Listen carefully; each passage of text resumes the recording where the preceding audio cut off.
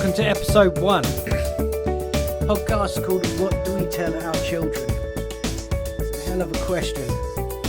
I certainly don't have the answers. But I'm just going to kind of limp into this and do what a lot of people tell me I do best, which is talk and just go on. I'll find my way as we go through. What I want to do is I want to encourage you guys to comment back on this podcast. I want you to listen. I want you to absorb it. Maybe we'll come up with some ideas together, but throw some stuff back at me in the comments on my social media. Upgrade Training and Therapy on Facebook is a good place to get me. I am the oldest 34-year-old in the world, so Facebook's about as far as my social media ability gets me. But throw me some questions and about what I say, whether you agree, whether you disagree, whether you want me to expand on something a little bit more. Trust me, I'm happy to keep talking as long as you're happy to keep listening. The thing I want to talk about in episode 1 is a main thing that people bring up with me.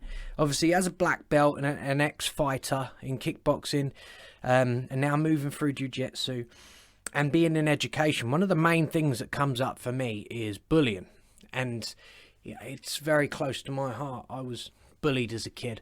It didn't shape me. It didn't break me. But it certainly had a massive effect on me. And I was... since I was little, I was the sort of kid that was very, very quiet until spoken to.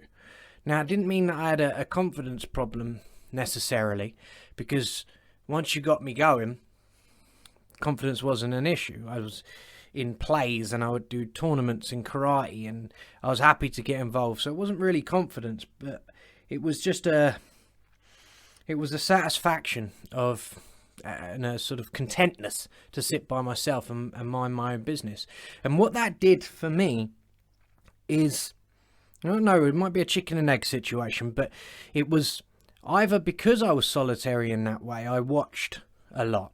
And I analysed a lot and I critiqued a lot. Or it might be that I'm that way inclined, which is why I became solitary. Who knows? Maybe a question for another podcast. But seeing bullying growing up before I was bullied as well, when I was the popular kid, so to speak, it made me so upset viscerally that I would lose sleep. I would see bullying going on around me and I would lose sleep. I got myself into more than a few situations that I couldn't handle, trying to step in between people that were being bullied against people maybe I shouldn't have. But that's by the by. I'll give you my opinion on, first of all, what I think bullying is, why I think it occurs, and then I'll give my opinion on little bits and bobs that we can do to maybe prevent it, because prevention is always the best cure, so to speak. But then these things happen, and how do we react to it as young people? How do we react to it as parents with young people who perhaps are being bullied? Very difficult, by the way, to get your young person to admit to being bullied. And a main thing there is because a lot of the time, certainly if my experience is anything to go by, they're not actually aware that they're being bullied until it's too late. And frustratingly, all the work to prevent bullying should occur before you're actually being bullied. It becomes exponentially more difficult to stop bullying once you're in it. Whereas the sorts of behaviours you'd exhibit to prevent it, a lot different. But that's far too easy to say. It's idealistic. But first of all, why does bullying occur? Like I said, I don't have the answers. I'm sort of thinking as I go. But why does bullying occur with most things that are undesirable in life? And it's always easy to see it when you're looking down at your kids. And by down, I mean within age. I don't mean, in the hierarchy. I mean age. I mean experience. So it's easier to see it from there. But it's fear. That's what it is. It's fear. Fear stops and starts so much in this world. It's almost the driving force to everything. And sort of a weird cousin to fear is cowardice. Now, I bring up cowardice, and all of you may have sort of had your heckles prickled a bit there, because cowardice sounds a lot like victim blaming. It's not.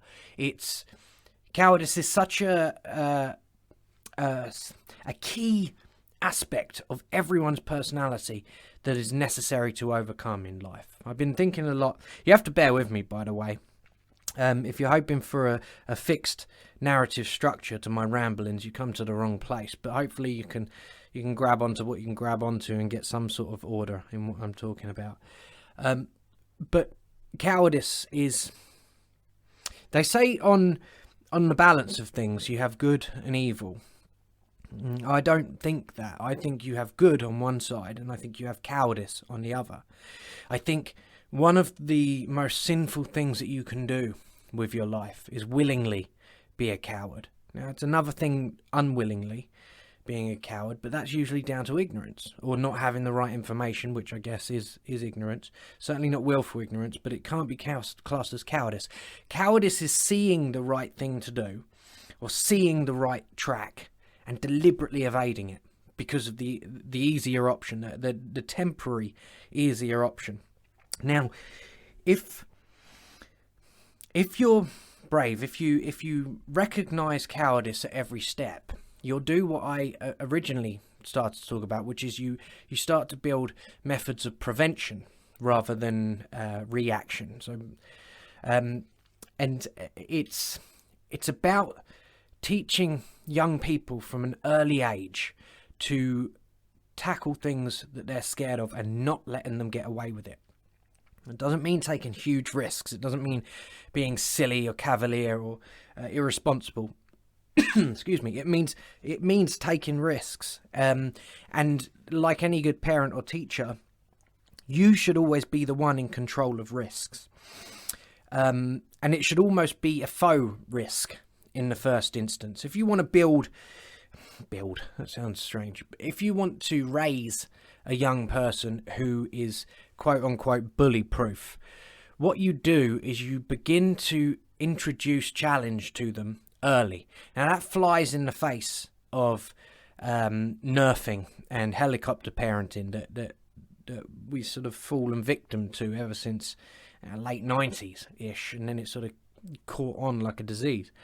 But you have to add risk to a young person's life and increase that risk incrementally as it goes on. They become used to seeing challenge then, and it's familiar. If you train somebody to run 100-meter dash, and they run that 1,000 times, and you don't even let them know that there's other such things as any alternative in athletics, it's just the 100-meter dash. You might get a young person who can break Usain Bolt's record one day.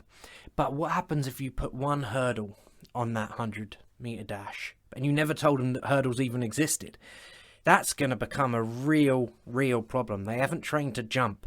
They haven't trained to even encounter unexpected roadblocks, so to speak. So that's going to really mess with their time. Even if they're the best in the world, one little injection of chaos might completely derail them altogether.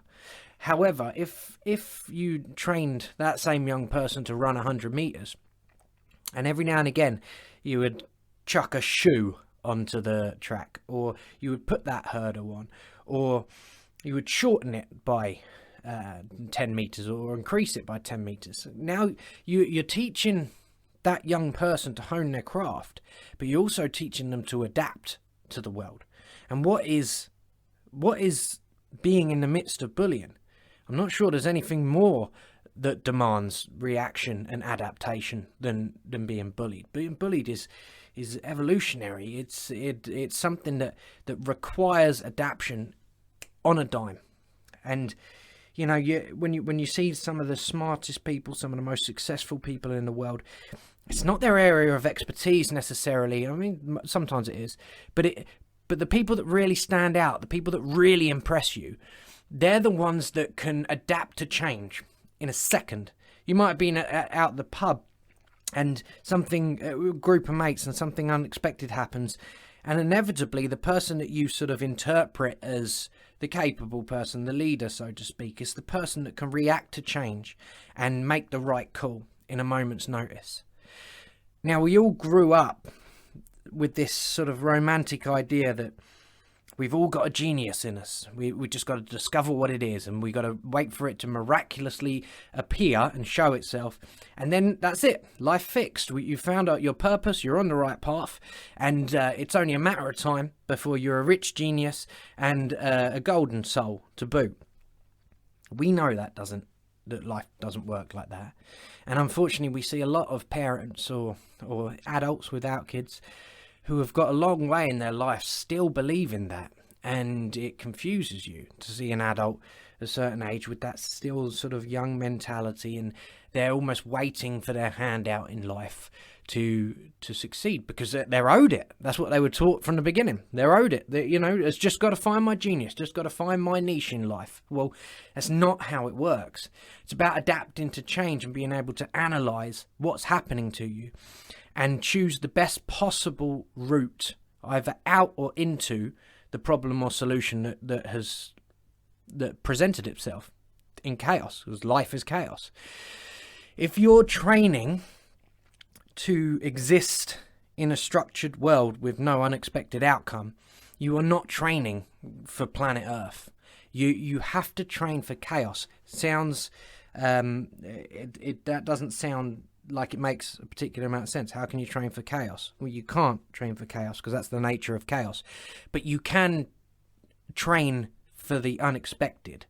So introducing those, I told you I go off on tangents, sorry about that. But by introducing small challenge as you go, when those bigger things do occur, firstly, the incremental challenges that you may have introduced to your young person along the way, and I'll give some examples in a second, but the incremental challenges that you've introduced to your young person along the way, when the unexpected happens, it might not even be as big as the ones that you've masterfully, as a teacher and a parent, introduced in a safe environment to those young people. So it might be an absolute walk in the park for them. However, if it's slightly above their station, it's something they didn't expect, they've still got the blueprint for adaptation. It's still not new to them. They've still been there when things have gone wrong, or the things that you've constructed for them and encouraged them to overcome by themselves. They still have all of that blueprint, that foundation to call upon. It's nothing foreign. They haven't got to worry about basically developing the cognitive motor skills, if you like, to even tackle a change that's occurred.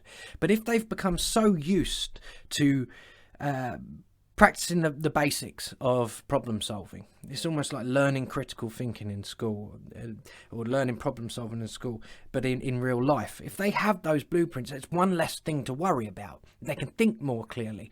They can think that they can get from A to B quicker, or from A to D quicker, because they've already got A and B in the bag. Now, if they never had A and B in the bag because they've been overly protected and nerfed, helicoptered, they've got to get through A and B to even entertain the idea of C, and then by the time they get to D, they're exhausted and they just want it to end. And I remember when I was being bullied, and the thing would, anything, a shove. I was put in a bin once, that was cool. And if that happened at the beginning of the day, for me, the rest of the day was just riding the clock to get the hell home, get safe, and wipe it from my memory again. And so the rest of the day was a write-off. I didn't have any room for new experience. I certainly didn't give a goddamn about what the teachers were saying or any lessons or whatever. I was watching my back. I was thinking about the humiliation. I was thinking about how I avoid it on the way home. I was thinking about how I might approach this tomorrow. Absolutely no space whatsoever to think about any new content coming in. Any incident of bullying just essentially just freezes you in place. Now, if you're being bullied every single day, 4 or 5 different incidences a day, think about how much you're missing. Never mind this sort of missing school and things. You might as well not be there. If the bullying is severe enough, you might as well not be there. It's that sort of fight or flight aspect of the brain, where if you're caught in the wilderness and you're trying to fight a tiger off, there's no way you're thinking about the homework that you haven't done or the bins that need to be put out. Your only thought is beating the tiger. Now, we don't live out on the plains. You know, we don't live in jungles. We live where we live. And the problems that we have are the problems that we have. And it's a reason why I don't like this sort of, well, you don't know how good you've got it. Well, it doesn't matter. It's relative, isn't it? Like, you see even adults complaining about, oh, they've had the worst day. And, you know, they might have stubbed their toe and lost a tenner and missed an important phone call. And then you get this sort of onslaught, especially on social media, of, so first world problems are so hard. Well, but those are your problems, and they're relative. So that fight and flight trigger is still going to occur.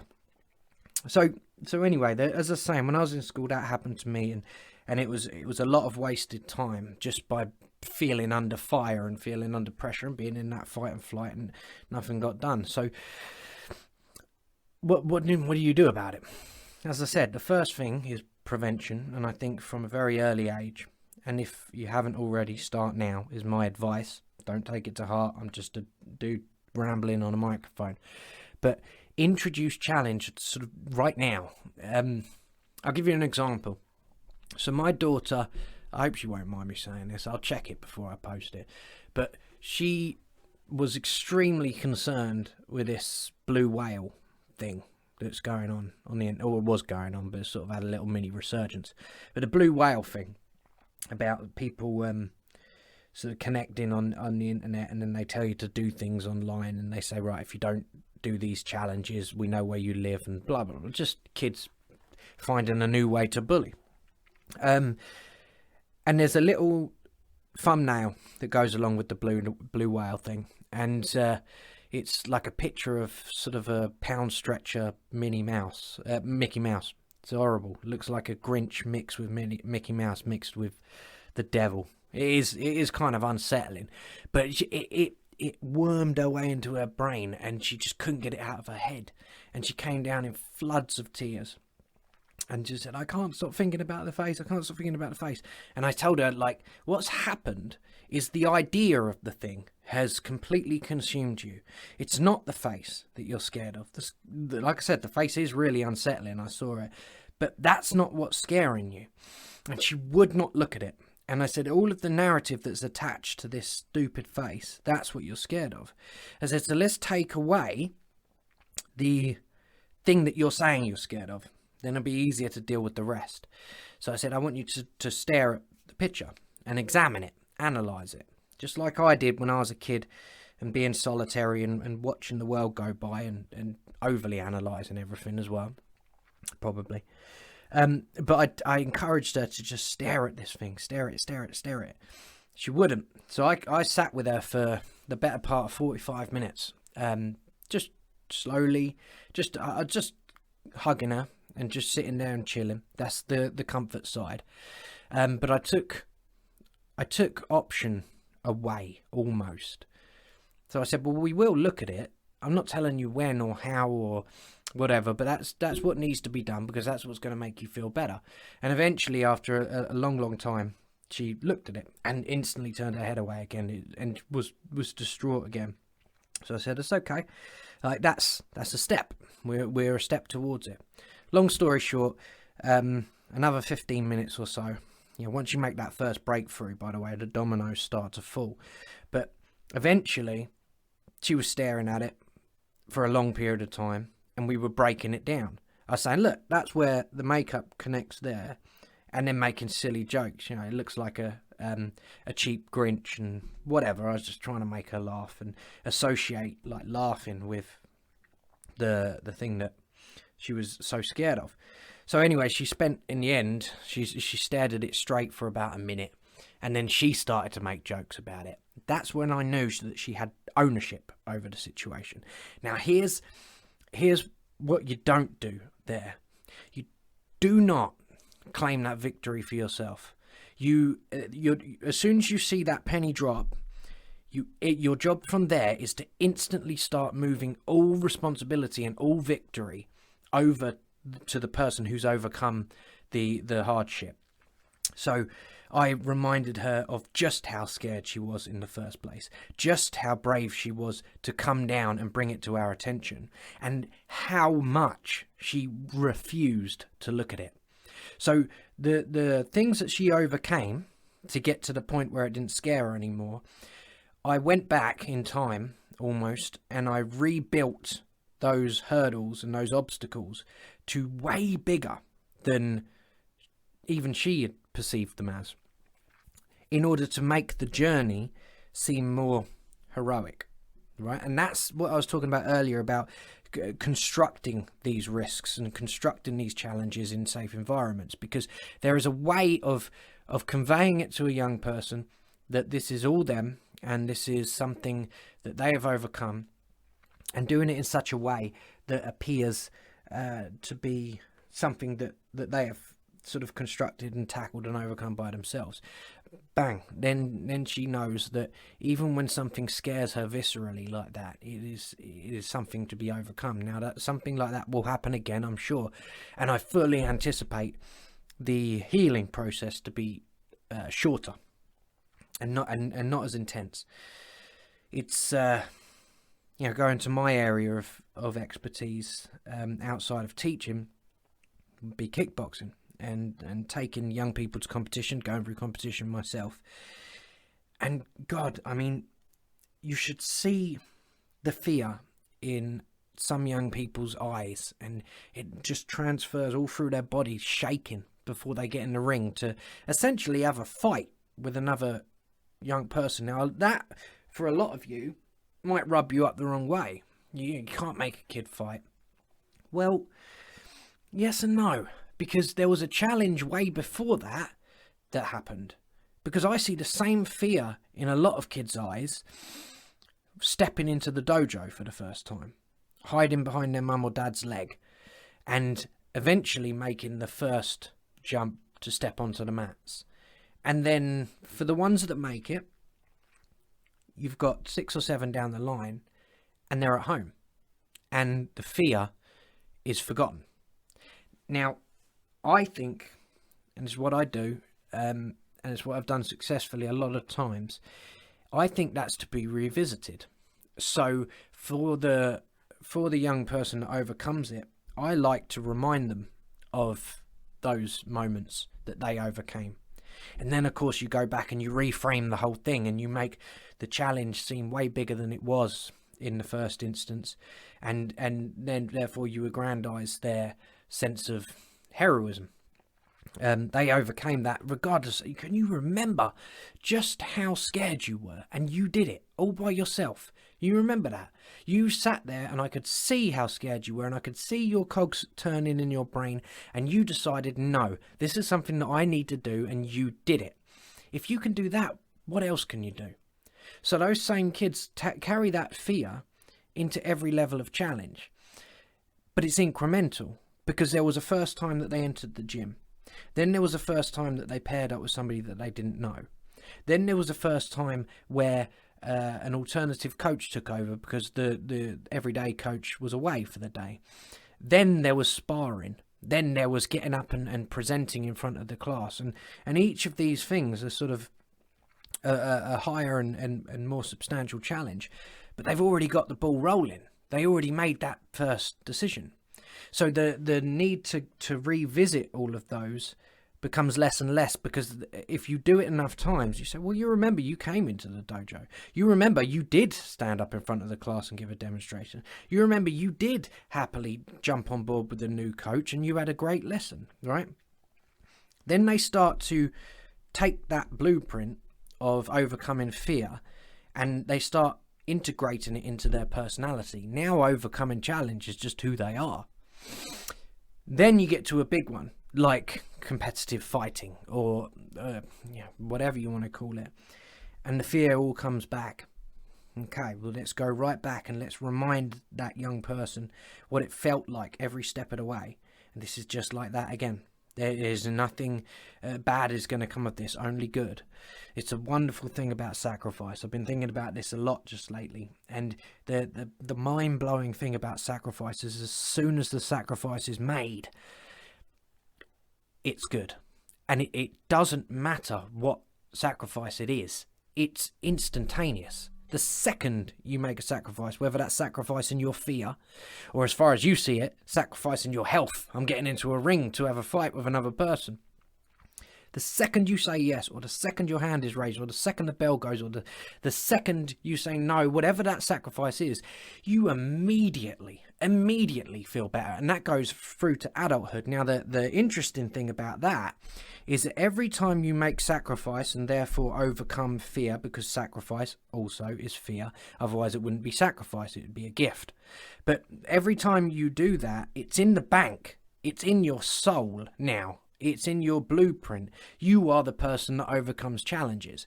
And that level of challenge is either not relevant anymore or slightly less relevant than it was before and slightly less of a challenge, which means that sacrifice can only get exponentially more difficult by nature because you've already banked the experience of overcoming the sacrifice.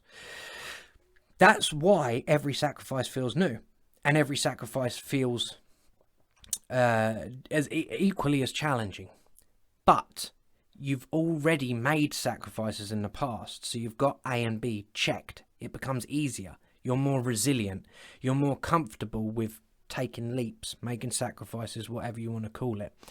And when that good feeling hits, when you make the right decision, it's another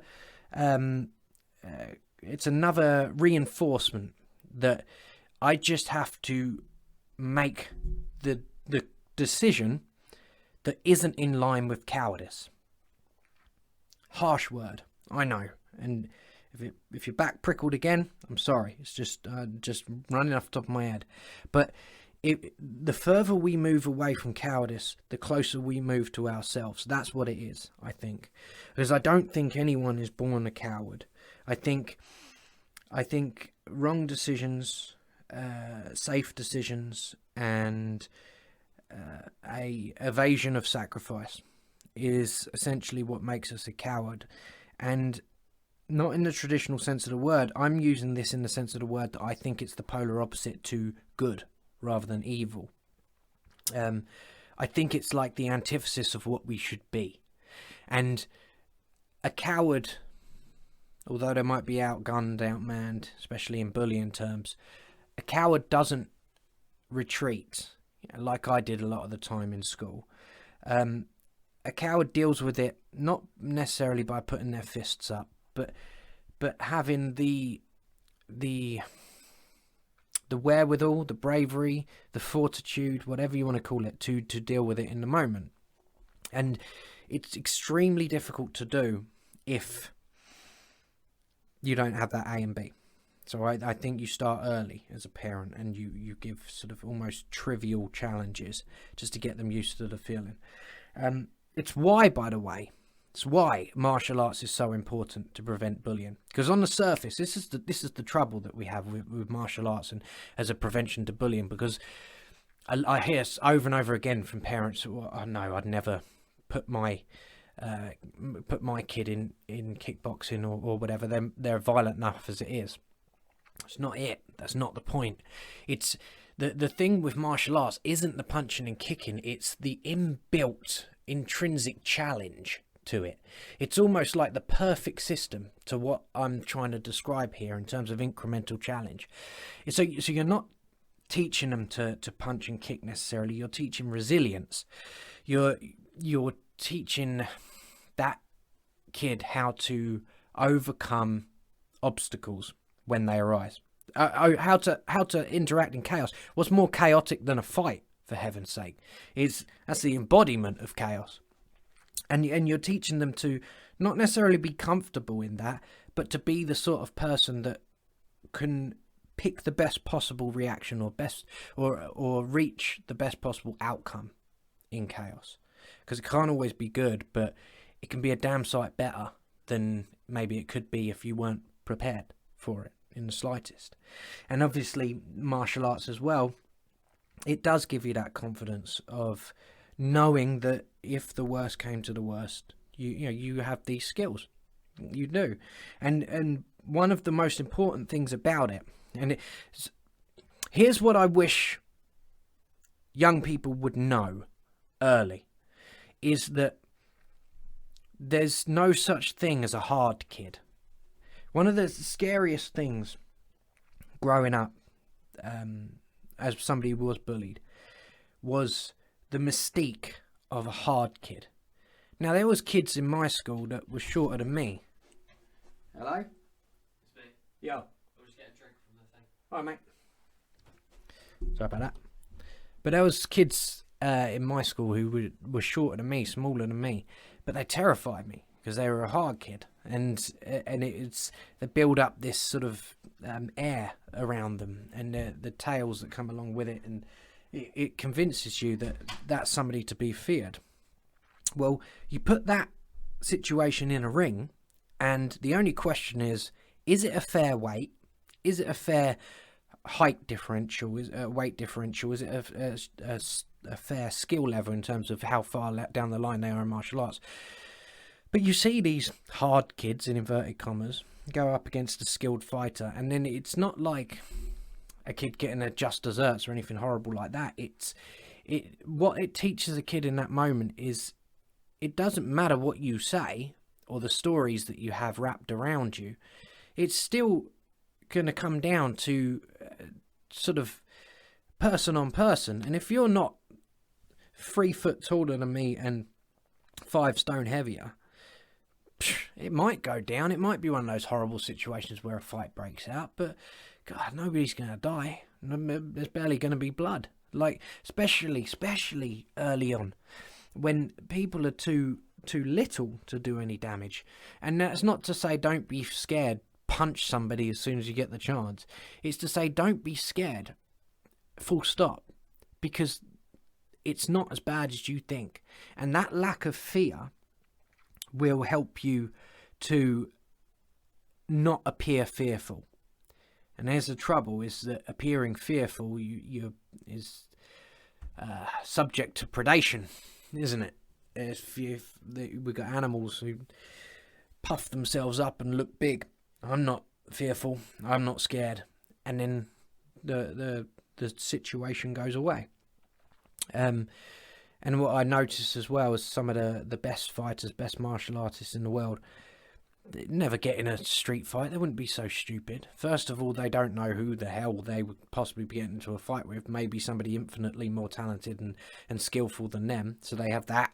But again, they've learnt that from martial arts. But also, the confidence that exudes from them in the knowing and the overcoming challenges within martial arts, for example, it pours out like another language. And it's a language that people pick up on immediately.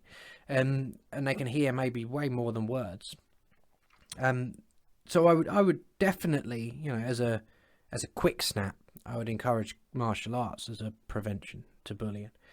Other than that, it's difficult to really think about how to come out of bullying once you're in it. So the other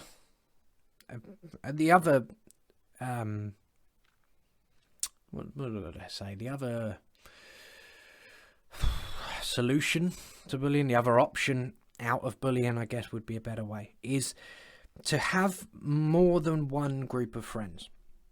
So I think I said at the beginning about not knowing you're being bullied sometimes. I think that's way more common than even you would imagine. You're bullied before you know it's happening. And it's sort of a softening from the bullies. It's like a poking, so, oh, could we? And before you know it, you're broken down, you're already in it. However, if you have 2 groups of friends, it's very interesting, and sort of having hobbies and having clubs, usually they're separated from schools. So ordinarily you would have a group of friends at school, and you would have a group of friends in your club, in your hobby, or wherever. But what that does for a young person, because as an adult as well, we tend to sort of gravitate to people that we know and like and love, and that they're our people, and our circle gets smaller, and that's great. because we're established human beings, we're adults. But that doesn't reflect the chaos of teenage life or even preteen life. Before that, it's chaos. Like, how can you figure out what friends you should have if you haven't even figured out yourself yet? That's ludicrous. So I would always encourage somebody who maybe has found themselves in bullying accidentally to actively go out. Now, speaking to you parents, because maybe it's not something that somebody could be so forthright with as a teen, because the last thing you want to do is leave your friends, even if they are bullying you, because you never know, you might be interpreting it wrong, and God help you if you got even more embarrassed by sticking up for yourself when there was no need to. So what I'd say is if you can see that happening, not necessarily martial arts, although great blueprint for what I'm trying to get across here, but get them into a different hobby. First of all, it will encourage confidence because they're taking on their own skill that belongs to themselves.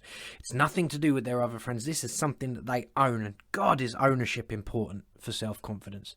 Ownership is maybe I'll talk about that another time. But anyway, put them into a hobby because it will develop a skill which develops confidence.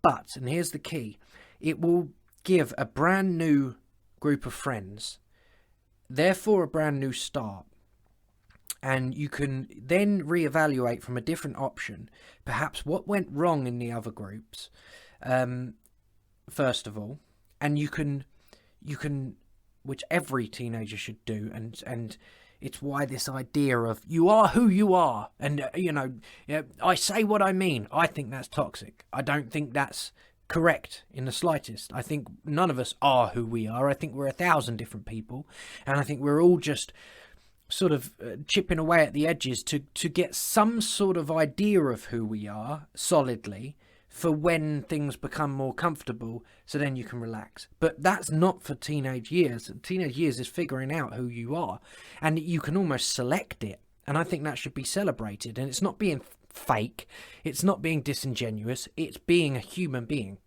So you can, if you've got two groups of friends that are distinct from each other, they don't know each other, you can try things out with one group of friends that you might not try out with the other. You can go back to the other group of friends, try out what worked with the other group and apply it to the next. And worst comes to worst, if you really are being bullied and the situation feels helpless in one group, you've got the quiet confidence and the quiet knowledge that it's all right, I'll wait to see my real friends. That don't work, get a third. Like some people might strike it lucky, play the lottery for the first time and win. Some people might play it 1,000 times and win on the 1,000th, and most will play forever and never win. But you increase your chances if you increase in this terrible metaphor, the amount of tickets that you buy. But to let your teenager know, God, this is important actually, let your teenager know that by being different people, so to speak, they're not being fake. This idea came out in the 90s. I remember it when everyone, and it's so pervasive now. People my age, adults my age, who are like, well, I say what I think. That's all. Whatever's on my mind, I say it. God, that's boring. That's awful. There's no mystery to you. There's nothing to figure out. There's no depth to you. It's just the first thing that comes to your head. I am what I am. No, you're not. No, you're not. You're not the same person as you are with your old mum, that you are with your wife or husband. You're certainly not the same person you are with your wife or your husband as you are with your kid. You're still 100 different people, and you're in your 30s. Imagine how many different people you need to be as a teenager. Now, if we tell them, oh, that's not very like you. Oh, you're not acting like yourself at all. You're just piling more misery onto this person who supposedly their closest friends don't even know who they are, because no person thinks they're a terrible person deep inside, but all of these people are telling you you are. So imagine what that does to a brain. So if you are telling your young person, like, you're not acting like yourself, that's not very like you, they might be screaming at you without having the language to do so, to say, well, no, Nobody seems to like who I am, and every time I try and be somebody new, I'm told I'm out of line and I'm not being genuine. That must be. Well, no, I remember the feeling. It's horrible, and given the freedom to be a different person and try new things out, again, it gives you confidence. It gives you space to breathe. I remember when I went through a real hard breakup in my late teens, I consciously completely changed my personality for almost I think it was 10 months. But I went so extreme with sort of openness and everything that I wasn't before. I was always, like I said, I was always very solitary and quiet, and I would speak when spoken to, and then when I was spoken to, I would speak for England. But I wouldn't approach anybody. I wouldn't try to make new friends or whatever. But after a breakup, God, that shakes you up as a young man.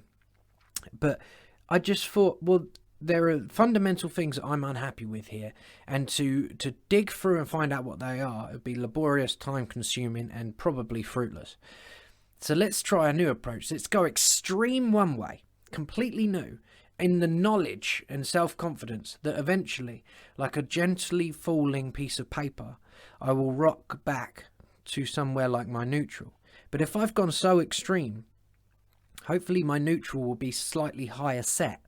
I would have done a whole bunch of things that I was uncomfortable doing because I completely shook it up. And so my now neutral, my average will be different. And therefore, by proxy, I'll be somebody that I'm a little bit more comfortable with. That's teenagers' lives every single day. The slightest thing can rock them completely. And if you think for a second that you're not allowed to be rocked, and even if you are rocked, you're not allowed to readjust, that leads to desperation, and desperation leads to fear, and fear leads to predation, and predation in our world, unfortunately, is bullying. So, get a hobby, get a new group of mates, right? And and it's not as arbitrary as saying, "Oh, go get some new friends." That is harmful also. Where? The school? Where everyone knows me? Where everyone knows that my close group of friends are now my bullies, or people that are in charge of the school through the halls and stuff, they bully me all the time, so I'll just go and get a new group of mates. You're like, that's great advice. It doesn't work like that. Change the environment, okay?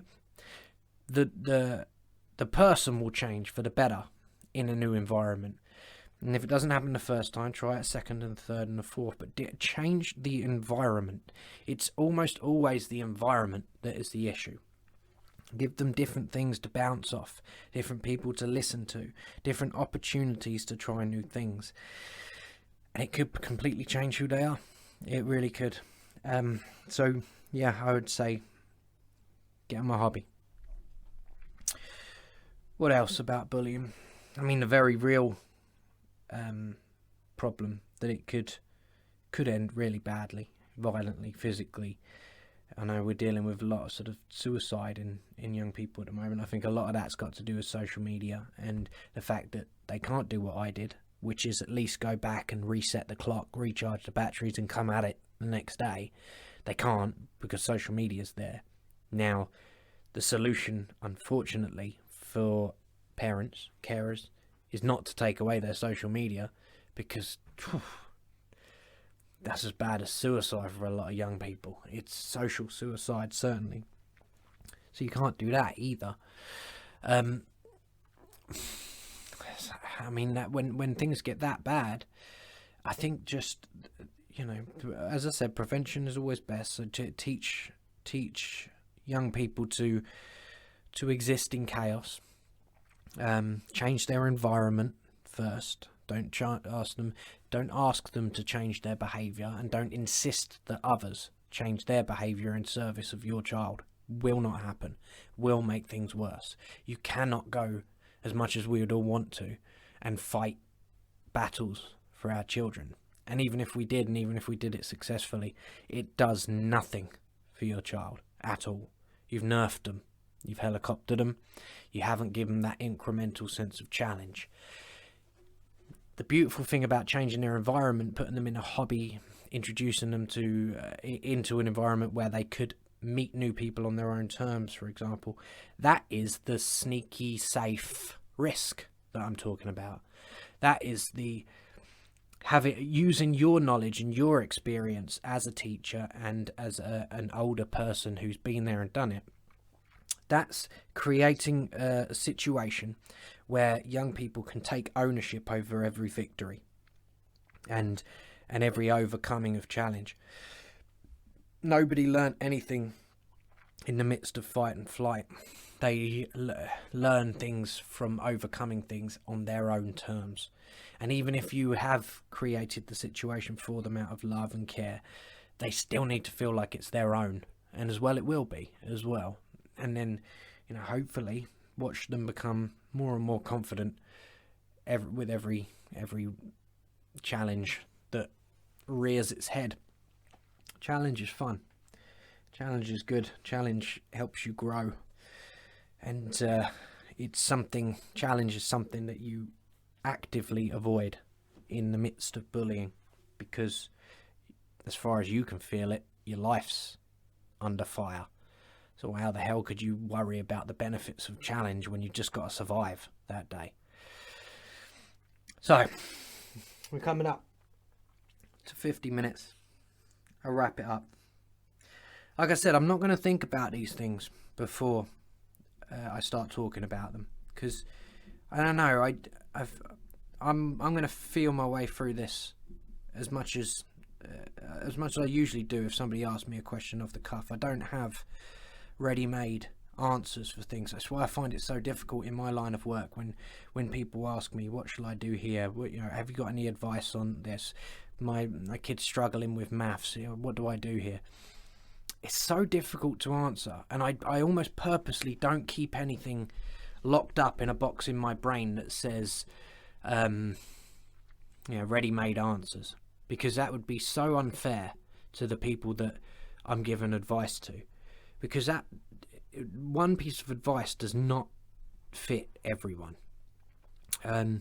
Everything needs to be considered. You need to analyze, you need to watch, you need to pay attention, you need to care enough to see the things that you need to see, and then the advice or guidance or whatever, or just my opinion or anybody's opinion, will come out as genuinely as it possibly can given that situation, which I think is only fair. Like I said at the beginning, I want to just feel my way through this as well, because I want there to be moments in this that are frustrating for some people. Maybe I didn't expand on anything enough, or maybe I expanded on something too much, or maybe I said something that people strongly disagree with. That's awesome. I want some more challenge, please. I want to overcome that with you. So anything, throw that comment in and I promise I will reply.